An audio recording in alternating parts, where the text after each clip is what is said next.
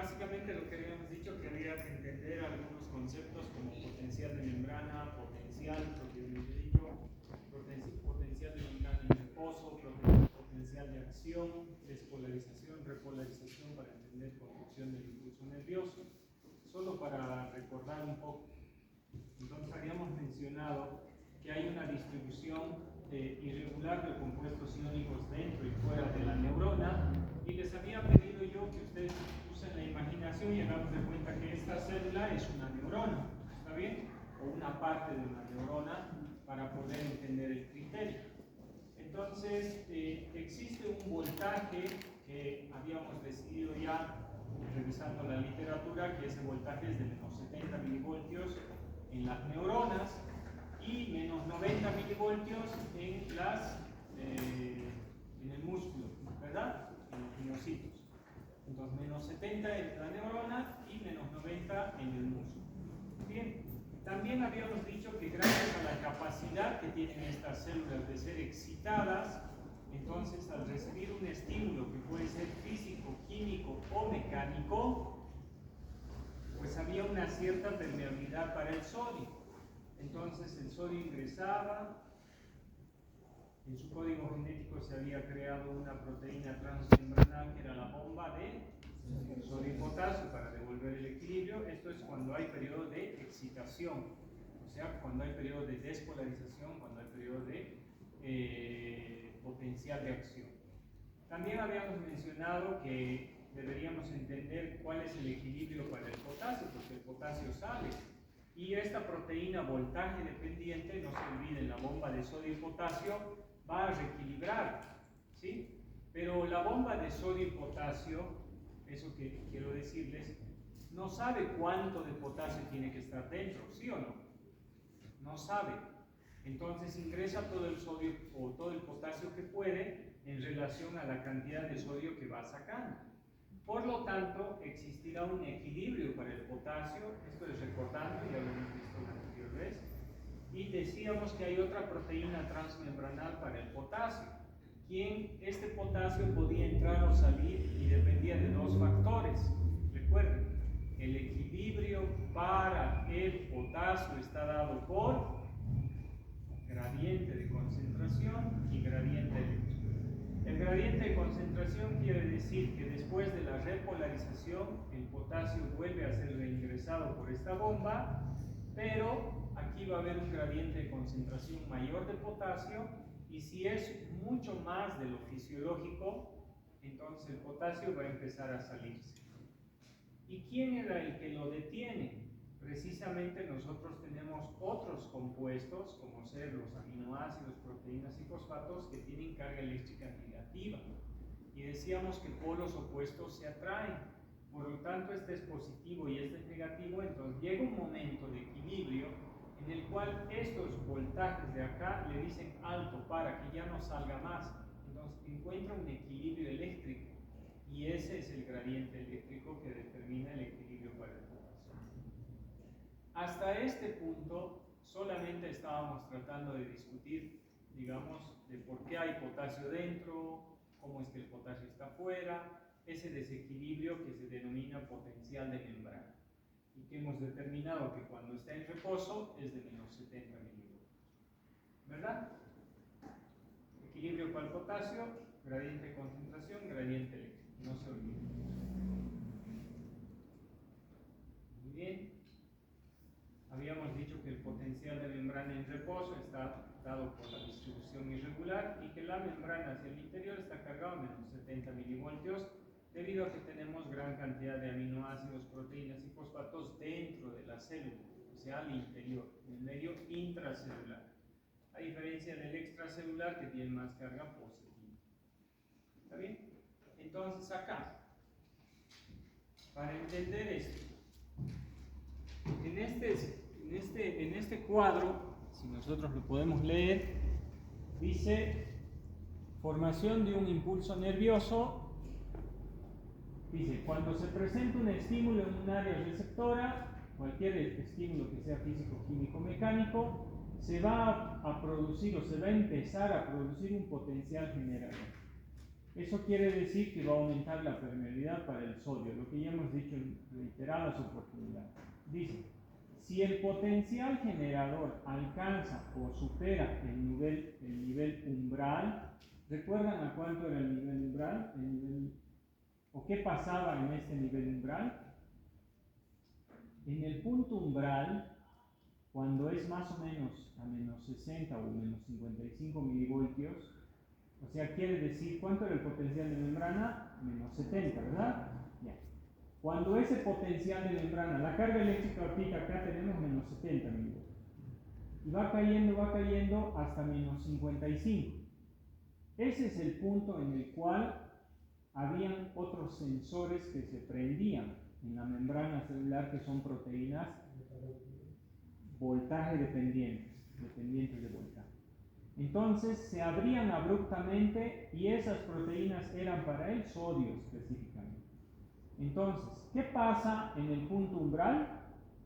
Se abren las proteínas voltaje dependientes para el sodio, con lo cual ahí entra abruptamente el sodio y se genera la despolarización. Por lo tanto, la clave de entender eso es de que existirá un punto, un momento en el cual ese voltaje cambia y hay un sensor que lo detecta. Si no llega al punto umbral, ¿qué pasa? Nada. Si llega al punto umbral, todo. O sea, el impulso nervioso se genera. ¿Está bien? Y eso también es conocido como la ley del todo o nada.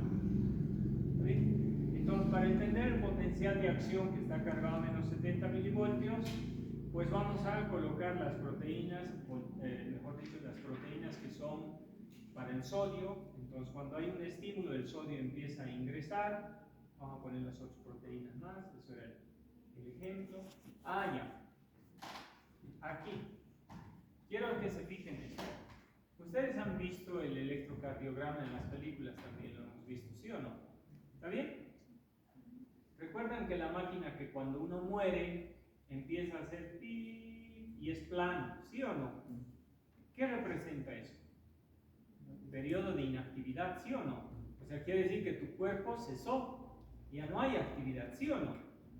Entonces, si nuestro cuerpo no tuviera actividad, se puede graficar este potencial de acción y se puede graficar la conducción del impulso nervioso, precisamente con estos aparatos. Por lo tanto, si podemos graficar todo esto, entonces cuando la membrana está en un potencial de reposo, está a menos 70, ¿sí o no? Ahí digamos que estuviera sin actividad, hagamos de cuentas, ¿está bien? Entonces, por eso yo había puesto acá, fíjense, una línea, ¿ven? Acá. Esta línea representa el periodo de inactividad. Periodo de inactividad.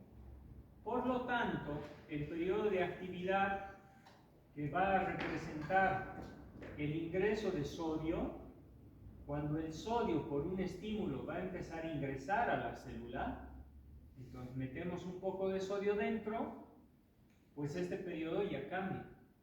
Entonces va a ocurrir esto. ¿Se dan cuenta? Fíjense acá, la línea, entonces ya hay periodo de actividad. Este periodo de actividad son las primeras despolarizaciones fallidas. ¿Por qué digo fallidas? Porque se va a volver real cuando alcance el punto umbral. ¿Qué era el punto umbral? Apertura de proteínas voltaje dependientes para el sodio. Y el sodio se mete, ¿sí o no? Entonces, si no alcanza el punto umbral, no se produce la conducción de un impulso nervioso. Entonces son despolarizaciones fallidas. Por ejemplo, este periodo de actividad puede subir acá, entra un poco de sodio y luego baja. Listo, ya está. Todas son despolarizaciones fallidas. ¿Está bien? Excepto si alcanza el punto umbral. Entonces, ponemos ahí el punto. ¿A cuánto era este punto? Menos 55. Habíamos dicho que de menos 70, bueno, vamos a pasar a menos 55. Acá yo le puse el ejemplo de menos 65. La mayoría de los textos coinciden hasta 55. 60 y 65, pero la mayoría coincide en 55. Entonces, corrijamos esto, ¿está bien? Hagamos de cuenta que el punto umbral está a menos 55. ¿Qué pasa si la carga eléctrica de menos 70 se va a menos 50, menos 40, menos 10? ¿A qué lado se está yendo? Se está queriendo ir hacia el lado, cuando cruce la línea del cero, hacia el lado positivo, ¿sí o no? Entonces eso es lo que va a ocurrir acá. ¿Qué pasaba en el punto umbral? Todas las proteínas voltaje dependientes para el sodio se abren. ¿Y qué es lo que va a pasar? Es el punto umbral. Entonces el sodio se va a meter, pero ya no así poca cantidad. Antes entraban unas cuantas, solo por decirlo, entraban 5, 10 sodios, con eso cambiaba. Pero ahora van a entrar 1000, 10.000, solo por ser exagerado, digamos, y decir un número al azar. Entonces, si antes entraban 5, 10, comenzaba el periodo de actividad. Pero cuando llega a este punto, ya no entran 10 o 20 sodios, van a entrar 10.000 sodios. ¿Y por qué entran 10.000 sodios? Porque en este punto se abrieron todas las proteínas voltaje dependientes. Y como esta célula neuronal está especializada para conducir un impulso nervioso, para ser excitable, para que se produzca este potencial de acción, entonces en su membrana, como está especializada, tendrá muchas proteínas voltaje dependientes para este sodio, que en cuanto se abre, el sodio ingresa. ¿Y qué pasa a partir de este punto para arriba? Ya nada la detiene. Cuando está aquí abajo, puede ser fallido, no alcanza el punto, puede venir despolarización, cae, despolarización, cae, despolarización, cae. ¿Por qué? Porque no produce nada, inclusive la corriente puede fluctuar, ¿sí? Pero solo, fíjense, para que se entienda, puede fluctuar la despolarización, pero solo cuando alcanza el punto umbral se dispara. ¿Se entiende? Muy bien. Entonces acá va a comenzar la verdadera despolarización. ¿Está bien? Y esta despolarización obviamente va a alcanzar un pico, el pico más alto. ¿Por qué? Porque obviamente tiene su punto final también hacia arriba. Entonces, de este punto para arriba es la verdadera despolarización y es cuando se genera el potencial de acción. ¿Por debajo de este punto hay potencial de acción? No, solo hay intentos de despolarización. Después del punto viene recién la despolarización, que sería periodo de actividad, propiamente dicho, y obviamente el potencial de acción. Después de eso, ¿qué va a pasar? Decíamos que la célula se da cuenta de que hay mucho sodio, salen unos cuantos potasios, ¿sí? Va a seguir. El umbral, ¿qué va a pasar con este voltaje? Va a seguir avanzando. Como entra más cantidad de sodio, va a llegar hasta más 10, más 20, más 30 en algunos casos. ¿Está bien? Dependiendo la intensidad y la frecuencia del estímulo.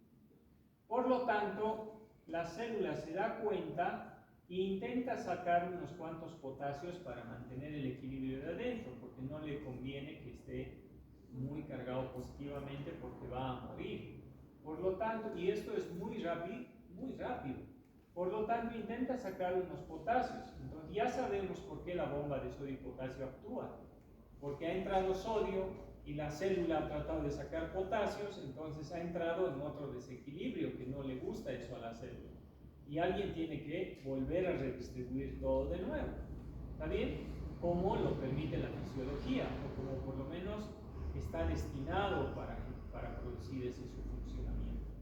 Entonces, la célula saca potasio y después el reequilibrio viene con la repolarización. ¿Está bien? Hay para el calcio también. El calcio también se mete y es otro problema. Entonces la célula encuentra cómo resolver eso para que funcione. Por lo tanto, cuando se activa, va a haber un periodo de meseta en algunos casos, en otros no. dependiendo del tipo de músculo, por ejemplo, es distinto, músculo cardíaco, músculo liso, músculo esquelético, y neuronas casi siempre todas tienen un pico alto, casi no tienen meseta. Y después viene la repolarización, entonces la caída. La repolarización, ¿qué pasa en la repolarización?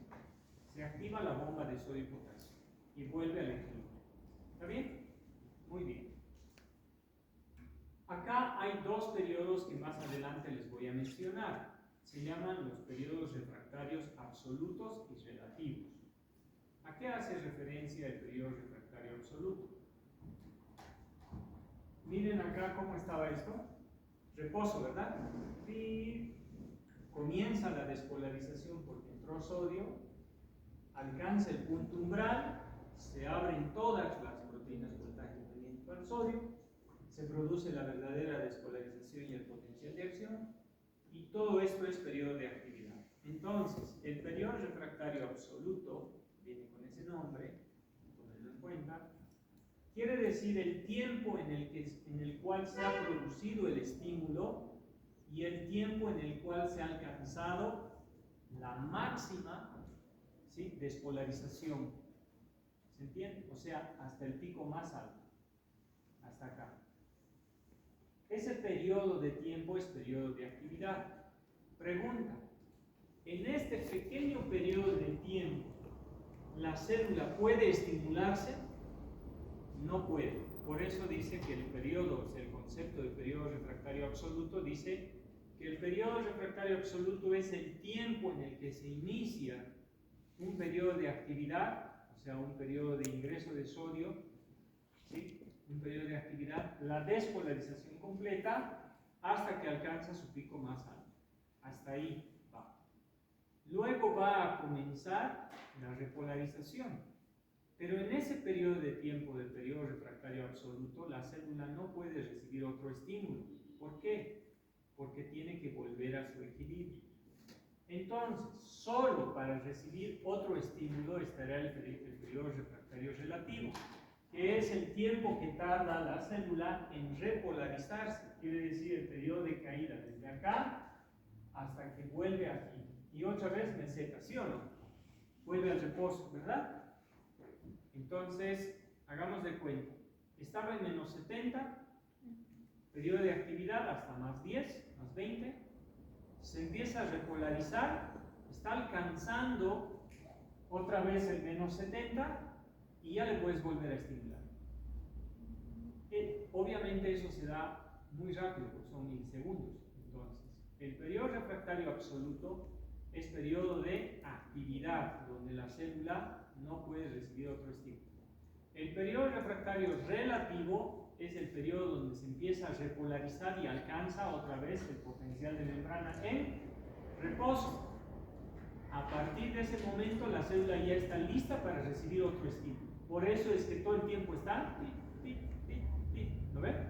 Todo el tiempo está así el músculo cardíaco, porque las ondas Q, ¿sí o no? Todo el tiempo está así. Bien. Entonces veamos. Habíamos dicho también de que no se confundan, porque dependiendo del tipo de célula será distinto el lugar donde se genera el estímulo. En este caso, como es la vía aferente, recordemos de que el potencial de acción se va a generar, o el estímulo se va a generar. En este caso, el estímulo puede ser una respuesta de tu sistema nervioso, ¿no? Lo que les decía hace rato. Yo te pongo limón, la información viaja hacia el sistema nervioso y por la vía motora se va a generar acá una respuesta, y la comunicación o la recepción de esa información para viajar hacia afuera de tu cuerpo será el soma. El soma y las dendritas son los receptores de información, o donde se va a generar la información, ¿sí?, en las motoneuronas de la vía eferente, ¿verdad? Ahora, ¿dónde está el punto umbral en esta neurona? Por ejemplo, se menciona que es el cono axónico y es este pequeño sexo. ¿Lo ven acá? O sea, eso quiere decir que si el estímulo que se ha generado, la despolarización que se ha generado en el soma o en las dendritas, porque ahí es donde va a llegar la información, es lo suficientemente para llegar al punto umbral, entonces va a llegar al cono axónico. Aquí es su punto umbral. Y una vez que pasa este cono axónico para el axón, ya nada lo detiene, entre comillas, porque en salud sabemos que 1 más 1 no siempre es 2, ¿verdad? Bien, entonces ya luego vamos a hablar de los periodos de inhibición, cómo se puede detener esto. Pero en esta, ella sola no puede detener el impulso nervioso. ¿Cómo se llamaban estos espacios de acá? Nodos de Rambier. Nodos de Rambier. ¿Qué había en los nodos de Rambier? Membrana. Membrana celular. ¿Qué había en la membrana? Proteínas. Primero permeabilidad para el sodio y luego proteínas para el voltaje dependiente para el sodio, para el potasio, para el calcio. Entonces, las membranas están aquí. ¿Qué tipo de célula es esta? No. Esta es mielina, pero la célula que forma ya que es sistema nervioso periférico, digamos. Célula de Schwann. Porque el oligodendrocito era en el sistema nervioso central. Bien. Entonces, una vez que el potencial de acción viaje, lo que acabamos de ver en la anterior diapositiva, a ver, vamos a ver si logramos. Lo que habíamos descrito acá, todo esto, por eso lo he hecho una sección, hagamos de cuenta que esto es un nodo de Rambier, todo lo que estaba ocurriendo acá con el ingreso de sodio, la apertura, todo esto ocurre ¿dónde? Acá, en el nodo. Y luego ese voltaje va a seguir hasta este otro lado y cuando aquí haya el receptor, o mejor dicho, los detectores de sensor se abren otra vez, ¿sí o no? Dejan entrar sodio y ocurre aquí. Por lo tanto, el tipo de conducción de aquí va a ser saltatoria, porque se produce acá y lo que ha ocurrido en este sectorcito de la membrana va a volver a ocurrir acá, acá, acá, acá y va a llegar hasta este sector. ¿Está bien? Entonces, una vez que llega hasta el cono axónico, ya nada lo puede detener. Sí o sí va a conducirse la información. Ahora, se transmitirá, ya lo vamos a ver luego. Hay también inhibición. ¿Sí? Acá teníamos los botones sinápticos. Dentro de los botones tenemos vesículas sinápticas. Dentro de las vesículas tenemos el neurotransmisor. Esta puede ser una siguiente neurona. También puede ser un músculo o una glándula. Por lo tanto, el neurotransmisor específico para cada uno de ellos será liberado, dependiendo del sector, y va a causar un efecto en esta segunda neurona, en el músculo o en la glándula. ¿Está bien? Y acá se va a dar entonces es con T, la transmisión del impulso. Todo lo que estamos mencionando acá va a ser conducción del impulso. ¿Saben qué hace el anestésico local? Bloquea la entrada del sol. ¿Recuerdan? ¿Han llevado ya eso en fármaco o no? ¿Sí? ¿Sí? ¿El anestésico tiene que ser liposoluble o hidrosoluble? Los dos. Ya. ¿Y tendrá que ver algo el pK? Sí. Ya. Entonces, si yo tengo mucho hidrógeno, por ejemplo, acá afuera, ¿se podrá volver en una base parcialmente ionizada el anestésico para entrar dentro de la neurona? No. Cuando hay hidrógeno hay periodos de inflamación. Recuerdan que cuando está inflamado o está infectado, dicen no agarra la anestesia.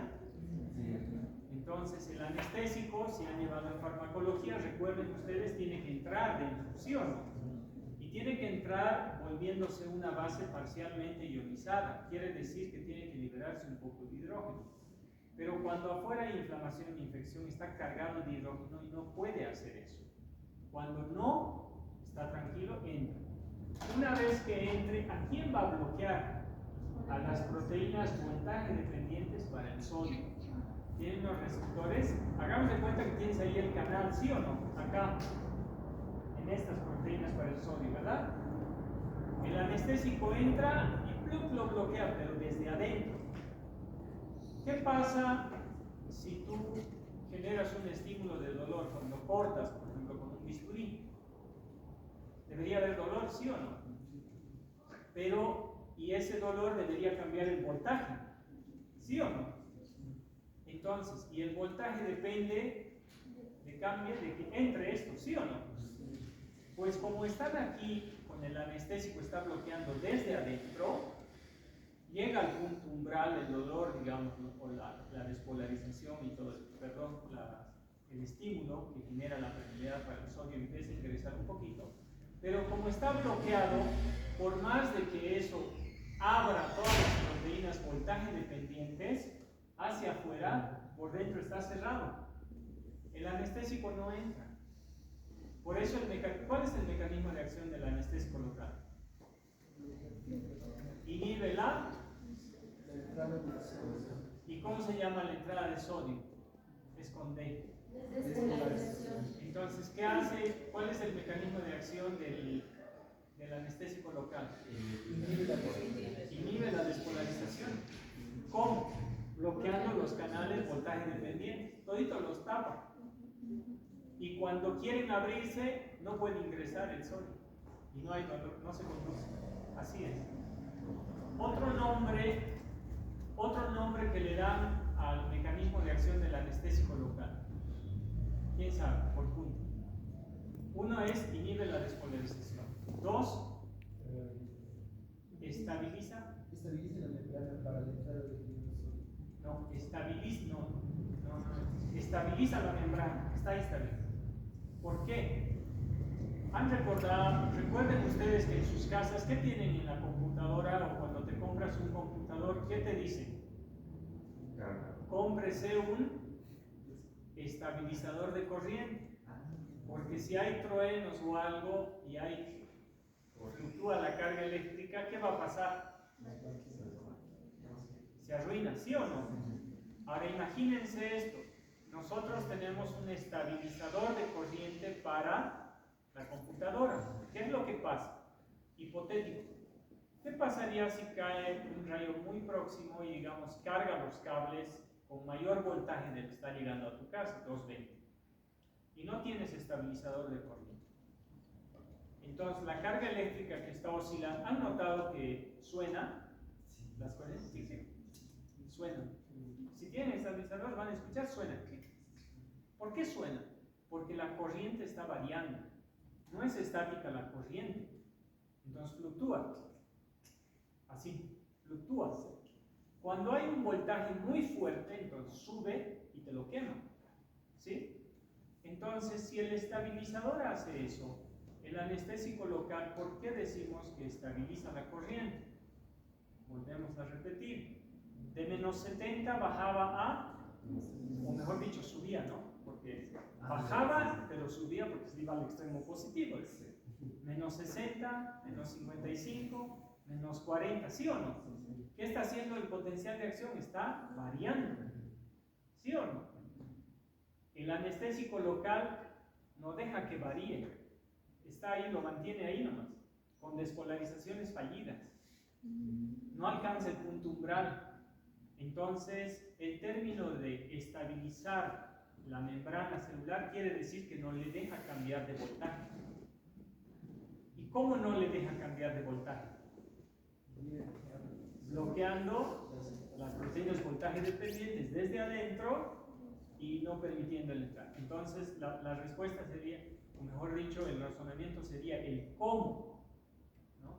Pero el qué es la estabilización de la membrana es que no le deja cambiar su voltaje, lo mantiene estable, podríamos decirlo así. Por lo tanto, no sientes dolor.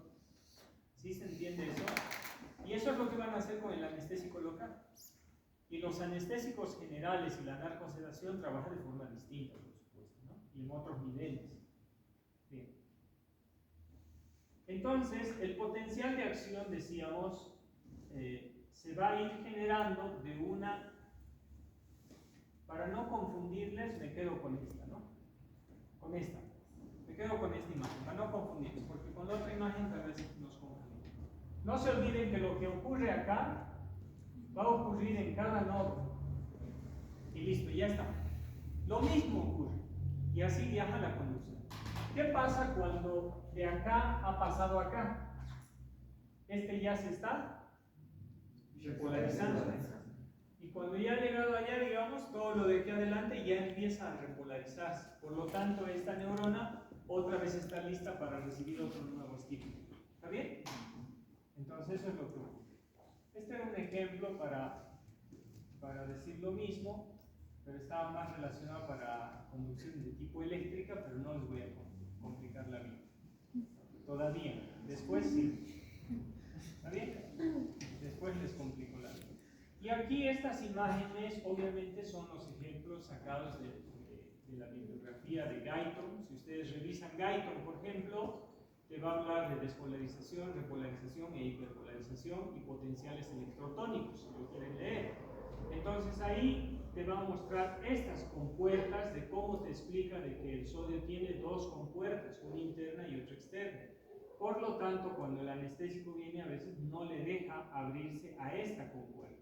Esta otra podrá abrirse, pero aquí adentro está cerrado, ¿no? Cuando usamos el anestésico local. Entonces, esto es todo lo de Guyton. ¿Sí? Los potenciales electrotónicos básicamente se refieren a eso, a la descripción de cómo ocurre todo lo que hemos venido hablando con los tres conceptos: despolarización, periodo de actividad; repolarización, periodo de vuelta al equilibrio, a lo fisiológico; y la hiperpolarización, ¿recuerdan qué era cuando les dije? Sube, es despolarización, se va a lo positivo.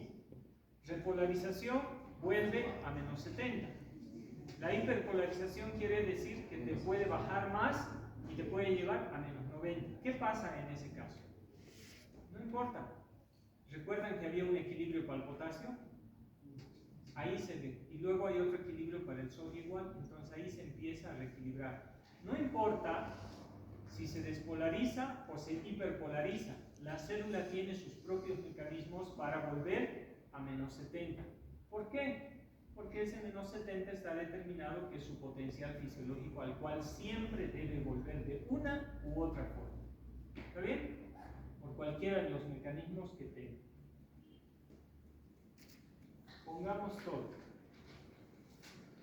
Entonces, para que ocurra todos los potenciales que estamos hablando y lo que hemos dicho, pues la membrana tiene proteínas transmembranales, proteínas canal, proteínas voltaje dependiente, proteínas integrales, quieren llamarle, ¿sí? Esas proteínas que atraviesan toda la membrana desde el medio extracelular al intracelular. Ese tipo de proteínas, entonces, que reciben todos esos nombres, podrán ser canales dependientes de voltaje, podrán ser canales activados por la interacción de un agonista. ¿A qué se refiere esto? Con su receptor. Por ejemplo, cuando un neurotransmisor se libera, va a haber una proteína transmembranal que tiene un lugar especial para recibir el neurotransmisor. Esto ocurre. Viene el neurotransmisor, se acopla a su receptor. Una vez que se acopló, esta proteína se abre. ¿Sí? Entonces, ¿qué pasa si tú le anulas a este neurotransmisor? ¿Se genera el efecto? No, ¿verdad? Por lo tanto, con fármacos tú puedes bloquear a este neurotransmisor. O, ¿qué pasaría si tú liberas un neurotransmisor? El neurotransmisor está yendo a su receptor para que se abra la proteína y se pase la información, pero el receptor está bloqueado. Y cuando llega el neurotransmisor no se une, no se abre, ¿verdad? Entonces ahí hay dos formas de bloquear la transmisión, ¿sí? Una al neurotransmisor u otra a su receptor. Por lo tanto, estas proteínas canal, dice, son proteínas canal activados por la interacción de un agonista, quiere decir, de una sustancia química que ha sido liberada. ¿Está bien? Y tiene su receptor específico localizado en la superficie de la membrana celular. Luego tenemos canales activados por mediadores intracelulares, ¿sí? Como los que son acoplados a proteína G, que necesitan un segundo mensajero, una enzima, el AMP cíclico, que vamos a ver imágenes después, que esos, digamos, son tipos de conexiones distintas, ¿no? Luego tenemos canales activados por factores físicos, el estiramiento, la membrana, canales de fuga. Un canal de fuga sería ese canal para el potasio, que es exclusivo para el potasio, para darle el equilibrio. Todos los compuestos, el calcio, el sol, todos tienen compuertas específicas o canales de fuga. Entonces, los canales en la membrana celular hacen que funcionen precisamente estas células. Y todas las células funcionan así. Las neuronas, evidentemente, son mucho más especializadas en ese sentido, pero todas funcionan. Este es otro ejemplo que ustedes van a encontrar de lo que son las proteínas voltaje dependientes. Fíjense, son distintos tipos de graficables, dependiendo del trabajo que hacen. ¿Está bien? Fíjense, otro ejemplo de las proteínas. Aquí les decía, bien, viene el neurotransmisor, acá tiene su receptor. Una vez que se une, el canal se abre. ¿Qué pasa? Entra sodio y se genera la despolarización o pasa la información. ¿Está bien? Aquí tenemos receptores alfa, beta, gamma, en algunos casos. Tenemos formados por 6 subunidades en muchos de ellos. Los receptores ionotrópicos y metabotrópicos son específicos de la acetilcolina. Para músculos. Está bien, la mayoría. Estos son los acoplados a proteína G. Llega aquí el agonista, se une al receptor, pasa a una enzima, le activa, de acá sale un segundo mensajero hacia una enzima, después va a ser generalmente el AMP cíclico y recién viene. Esto es mucho más complejo, ¿no? Porque fíjense, necesitas un receptor, proteína canal, necesitas una enzima, necesitas un segundo mensajero, y después de que todo este proceso se haya dado, recién vienes y abres la compuerta. Mucho más complicado, ¿no? Pero obviamente esto se da para algunos tipos de casos en especial, ¿no? No es para todos los casos. Esto es más que todo para la permeabilidad de la membrana, cuando quiere dejar entrar cosas y sacar cosas. ¿Está bien? Muy bien. Más de lo mismo, ya hemos hablado de todo esto. Ya hemos mencionado de que se puede graficar. Esto es lo que se puede leer. Ahora, cuando ustedes ven este gráfico ya entienden, ¿no?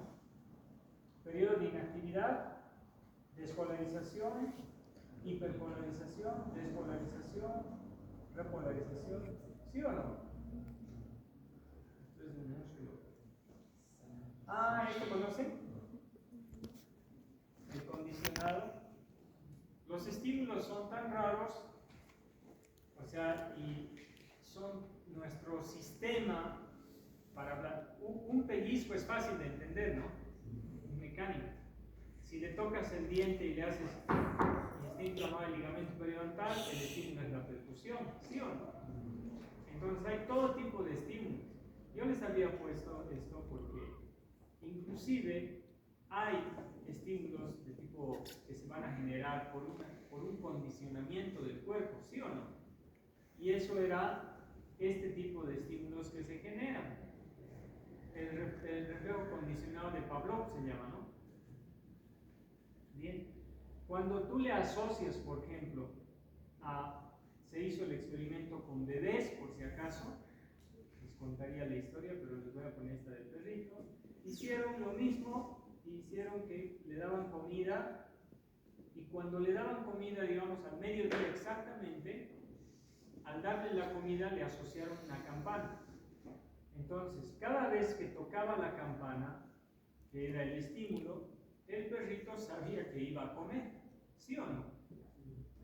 Entonces, después quitaron la comida y solo tocaban la campana, y el estímulo se daba. ¿Qué es lo que investigaron? Cuando lo sometían a largos periodos de tiempo de no comer, pues apenas tocaban la campana, ¿qué creen que hacía el perro? Primero, producía jugos gástricos, que es lo que nosotros hacemos también. y luego producía salivación. ¿Dónde se ha generado el estímulo condicionado? No hay un estímulo como tal, físico, químico, mecánico. ¿Sí o no? Pues no es objetivo esto. Si yo te doy un golpe, te va a doler. En el diente, si te doy un golpe y está inflamado, te va a doler. Pero el estímulo es el golpe. Si te pones al fuego, te va a doler. Pero este estímulo está ya condicionado en el sistema nervioso. Y cuando va a ocurrir algo, auditivo por supuesto, pero asociado a algo, tu sistema nervioso va a generar una respuesta. A nosotros nos pasa.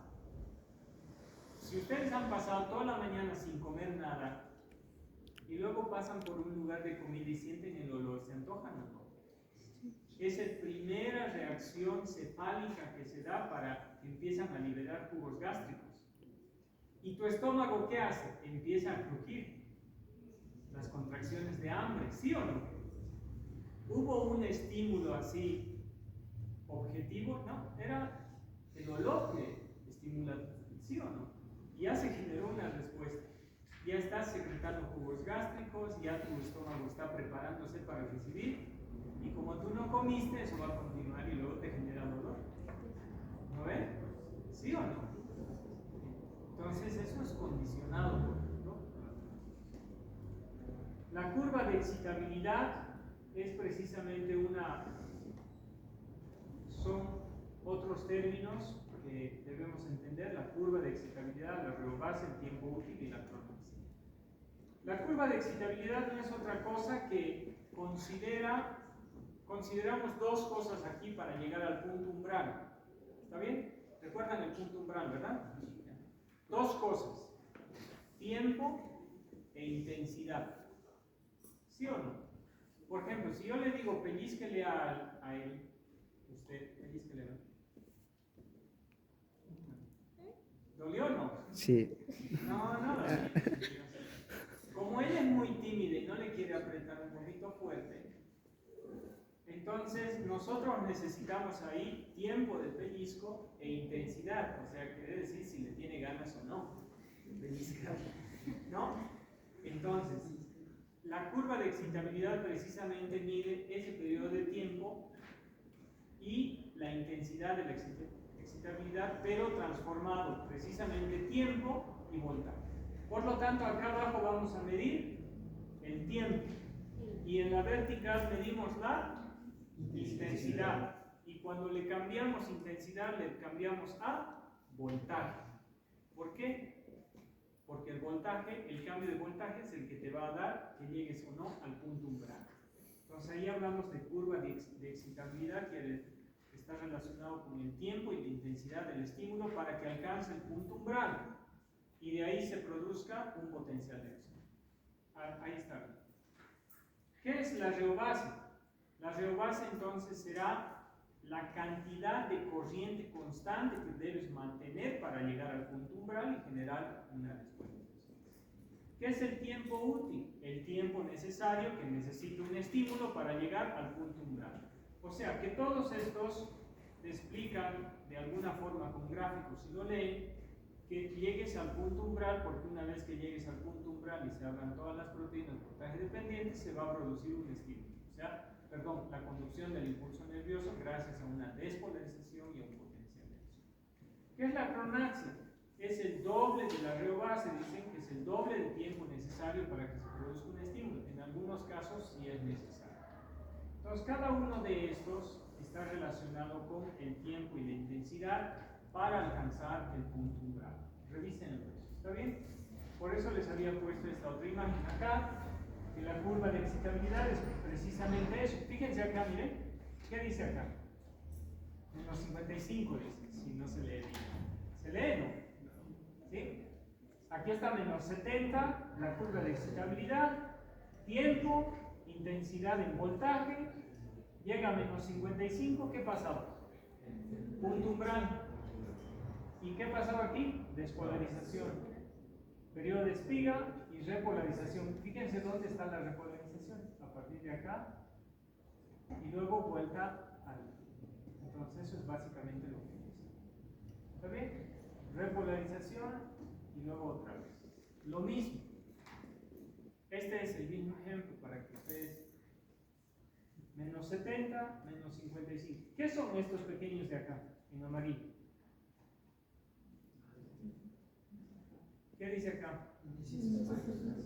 Son despolarizaciones fallidas. Por eso les decía, digamos, cuando no le quieres pellizcar bien, tal vez solo va a sentir, pero no va a ver el dolor, porque el dolor necesita un tiempo, pero necesita una intensidad mayor para generar dolor, por ejemplo. Entonces, a ver, ahora pellizquele con ganas. Bien. Esto queremos verificar, a ver. ¿Sí? Ahora sí. Sí. Pues esto ha ocurrido. Ya no eran intentos fallidos como hace rato, ¿no? Ahora sí ha sido de verdad.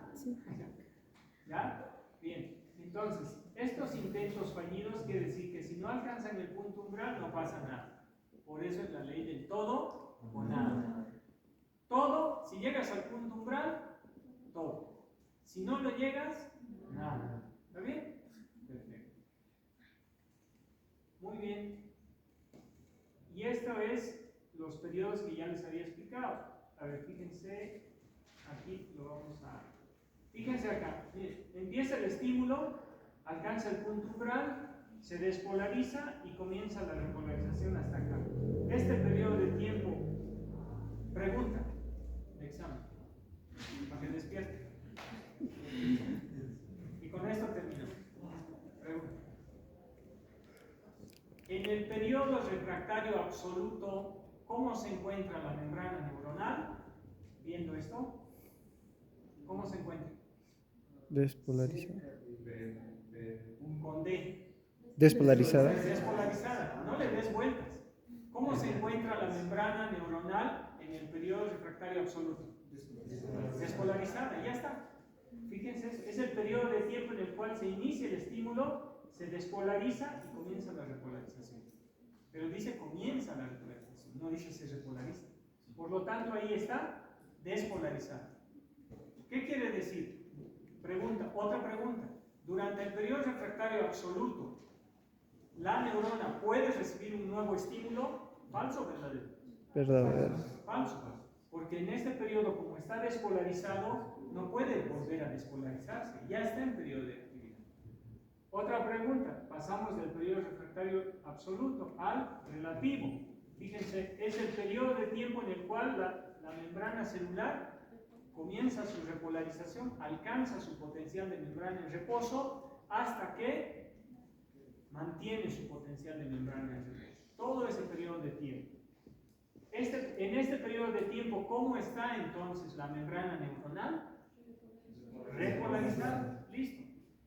En el periodo refractario relativo, ¿se puede generar un nuevo estímulo? ¿Puedes recibir un nuevo estímulo? ¿Falso o verdadero? ¿Verdadero? ¿Sí o no? Ya está. Listo, dos preguntas. Y luego hablamos de conducción del impulso nervioso. Ya, hasta ahí entonces, ¿no? Las velocidades de conducción, y esto lo vemos la próxima. ¿Ya? Listo.